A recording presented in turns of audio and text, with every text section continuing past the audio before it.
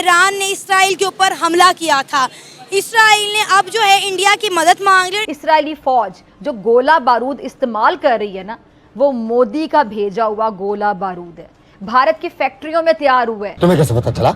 तुम्हें कैसे पता चला? बहुत से लोग कह रहे हैं कि ये ईरान ने मिस कैलकुलेशन की है, उन्होंने रिएक्शन ज़रूर दिया है लेकिन उसके नतीजे में नुकसान हो सकता है खुद ईरान के लिए भी और गजा के लिए भी। इजराइल कह रहा है कि हम जरूर जवाब देंगे ईरान को, लेकिन समय भी हमारा होगा, हथियार भी हमारा होगा और मौका भी हमारा होगा। डॉलरों के लालच में इसराइल को जंगी साजो सामान फराहम किया है। इसके पीछे जो है वो अदानी साहब है।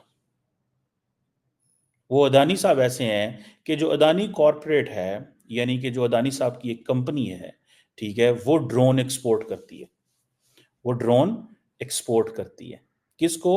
इजराइल को। मीडिया रिपोर्ट्स के मुताबिक ये जो इसराइल है, इसराइल को ये जो अमरीकी जंगी साजो सामान है, ये हिंदुस्तान के जो हंगामी स्टोर हाउसेज है ना, वहां से फराहम किया जा रहा है। और इसराइली फौज को आप ये देखें कि 20 हिंदुस्तानी साख्ता ये जो हरमिस 900 ड्रोन है, ये फराहम किए गए हैं। वो शुरू से मुसलमानों के खिलाफ है, काफिर मुल्क है।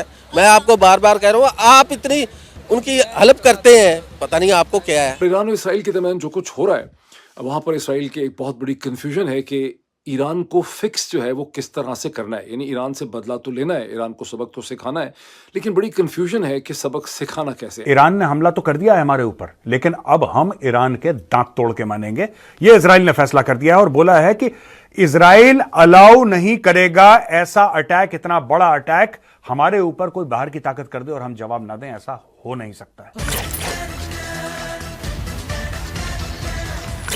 नमस्कार, जय हिंद दोस्तों, ईरान ने इजराइल पर हमला करके अपने पैरों पर कुल्हाड़ी मार ली है। अब इजराइल भी ईरान पर पूरी तरह से भड़का हुआ है और ईरान को दो टूक जवाब में कह दिया है कि इजराइल इस हमले का जवाब जरूर देगा। लेकिन इसी बीच इजराइल के प्रधानमंत्री ने भारत से मदद मांगी है। दोस्तों, इजराइल के प्रधानमंत्री और भारत के पीएम नरेंद्र मोदी की दोस्ती जग जाहिर है, इसलिए इजराइल पर हमास के आतंकी हमले के तुरंत बाद ही पीएम मोदी ने इसकी कड़ी निंदा की थी। साथ ही इस संकट की घड़ी में इजराइल का साथ देने की बात कही थी। अब इजराइल ने भारत की इसी नैतिकता से प्रभावित होकर उससे बड़ी मदद मांगी है। इजराइल ने हमास में चल रही जंग के दौरान पहली बार भारत से खुलकर मदद मांगी है। इजराइल को अपने दोस्त भारत पर भरोसा है कि वह जरूर इसकी बात मानेगा और बढ़ चढ़ कर सहयोग करेगा। दरअसल इजराइल ने मदद मांगी है कि भारत यूएन में हमारी आवाज बने और ईरान पर सैंक्शन लगाए जाए और ईरान को एक दहशतगर्द मुल्क डिक्लेयर किया जाए। इसी बीच भारत को दिन रात कोसने वाली पाकिस्तान की न्यूज एंकर डॉक्टर फिजा खान भी अपनी छाती पीट रही है कि भारत इजराइल को हथियार सप्लाई कर रहा है। तो आइए दोस्तों, इसी पर आगे पाकिस्तानी मीडिया का रिएक्शन देखते हैं। ये जो ड्रोन है, इंडिया के जो शहर है हैदराबाद, वहां पे बनाए जाते हैं और ये जो ड्रोन है, ये इजराइल की हेल्प करते हैं, जो इजराइल ने हमास के अगेंस्ट जो वॉर जो है वेज की हुई है।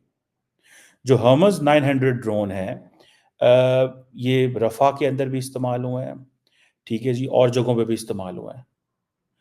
और ये आप समझ लें कि इंडियन जो मिलिट्री है, ये उसकी इंटेलिजेंस गैदरिंग के लिए भी इस्तेमाल हो रहे हैं और जगहों पे भी इस्तेमाल हो रहे हैं।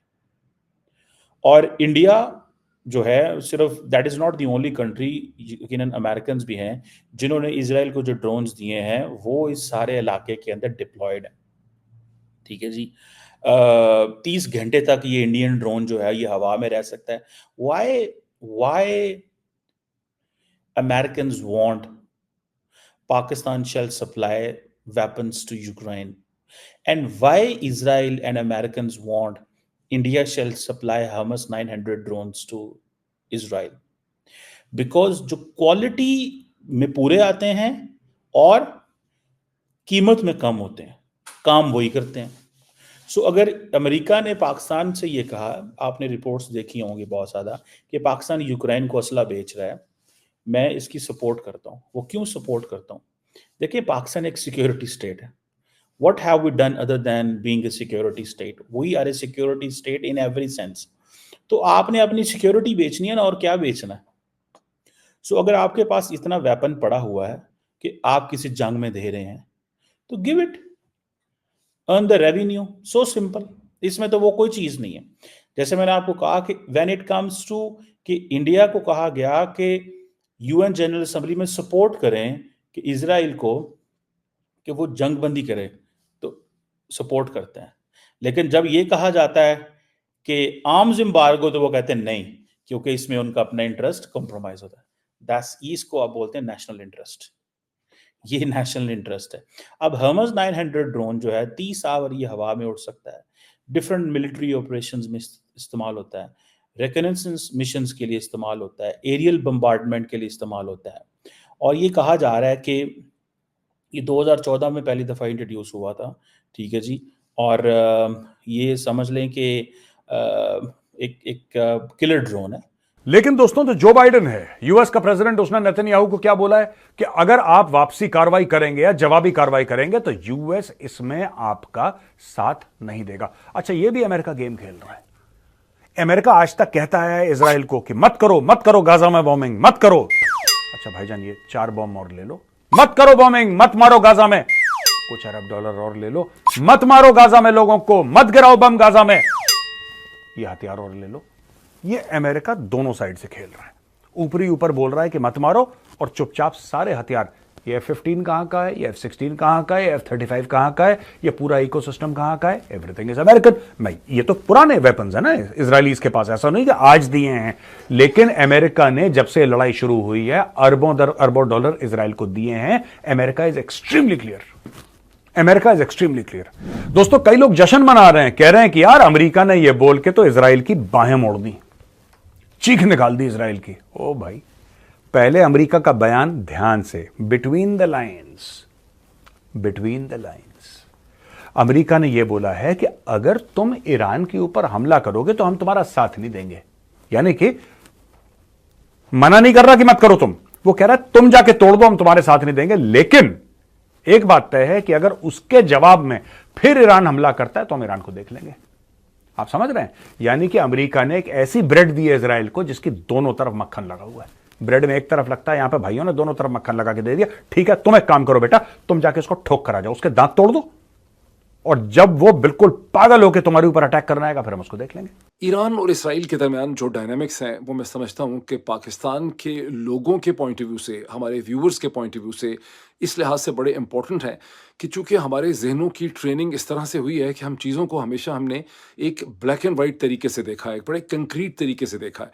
और ईरान और इसराइल के दरमियान जिस किस्म के इंटरनेशनल डायनामिक्स ने जन्म लिया है गुज़िश्ता चंद दिनों में, उसके अंदर तमाम शेड्स ऑफ ग्रे हैं। और जब हम इसको एक टेक्स्ट बुक एग्जाम्पल के तौर पे देखते हैं, इसको एक केस स्टडी हम करते हैं, तो हमें इसको फॉलो करने से इंटरनेशनल रिलेशन के डायनामिक्स को बहुत बेहतर समझने का मौका मिलता है।